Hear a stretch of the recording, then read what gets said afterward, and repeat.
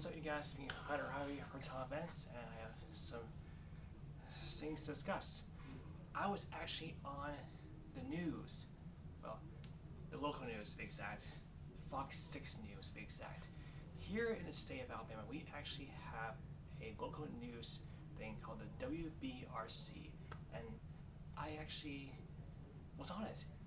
Yeah, I was on it. I have a clip of it I'm going to show to you after I discuss about it and stuff. So yeah, you might be wondering how I got in touch with the news. Well, here's how. I was just, having a normal day. Then all of a sudden I got a call from the news guy known as Mike Dudley, calling me up and telling me they want me to come up to the studio and educate people about snakes. And I was actually very excited. I was really, want to do this because being on the news was a really great thing to do, to educate people on live television. That's absolutely amazing. And becoming on the news was absolutely great. And I was a little bit nervous when I first got the call, and a little bit nervous to think about me being on the news. I was like, whoa, this is something I never actually experienced and something I never gotten before. I'm like, wow, I can't believe that. I'm just really happy that I've got on the news.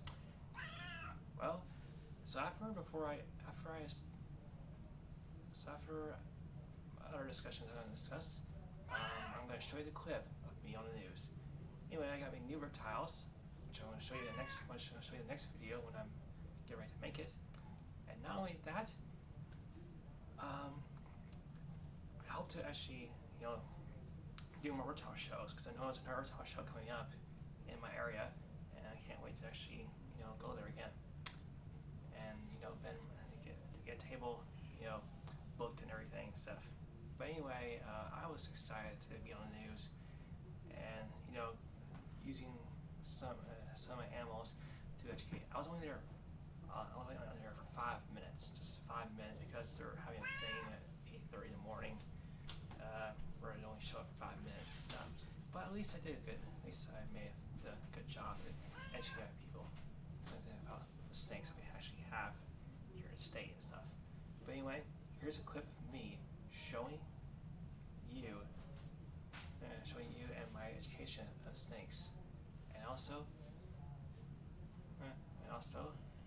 me talking to Mike Everly on the Fox 6 News.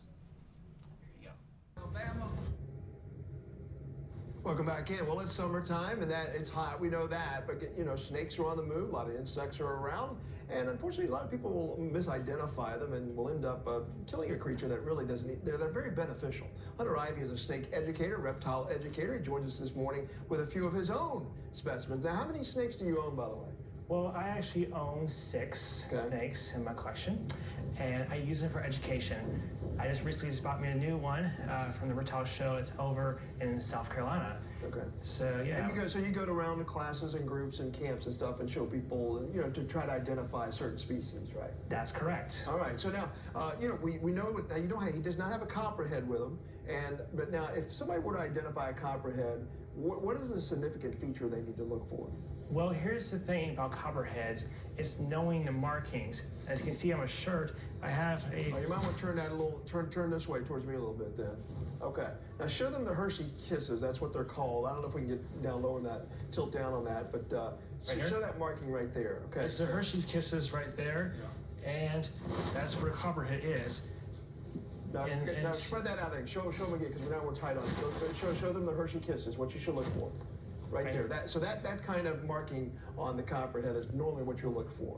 Mm-hmm. But now there are some people who will say, you heard it, I'm sure you've heard it before, the only kind of a good snake is a dead snake. But they're so beneficial. What should people do though if they encounter a copperhead, if it's in their yard? Well, here's what I suggest to do. If you know a local snake relocator, this is what it's actually call one. Call a local snake relocator to come and relocate it for you. And I actually relocate snakes myself from people's houses. And when people call me, I come over there and relocate it. I use my snake hook right here, and I try to get the snake down, relocate it to the wild. But exactly. Now, what if somebody though they live in an area, there's a lot of kids around, and by the time the snake locator comes there, they don't have time. You know, the snake's gone now; it's moved, and they're worried about the kids being at the bus stop getting bitten.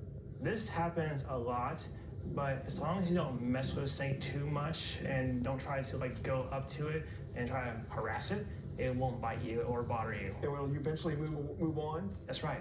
Okay. All right. Now, listen, this is a non-venomous snake you have in here. Let's open this up here. Let me get your tarantulas off here so you can show us what you got inside the box here. Mm-hmm. All right. So what type of snake is this, by the way? This is a bull snake. A bull snake, and it is indigenous to where? These are indigenous to western United States, like Texas, including Colorado, and also even some parts of northwest United States. Now, isn't that similar to, though, in terms of its look, to some snakes that are native to Alabama? Yes. Okay. Like, for example, the eastern diamondback rattlesnake. Okay. The eastern diamondback rattlesnakes are actually native to South Alabama, and they're actually almost to the point of being endangered in Alabama. Yeah. All right. So, well, that snake's out rather harmless right there. Okay. Now, if you want to educate somebody on the type of snakes to identify, what is the best way for somebody to learn the different identifications? I mean, obviously they can Google them, but sometimes, you know, you can people get confused between a cottonmouth or, you know, what would be a non-venomous snake. Yeah.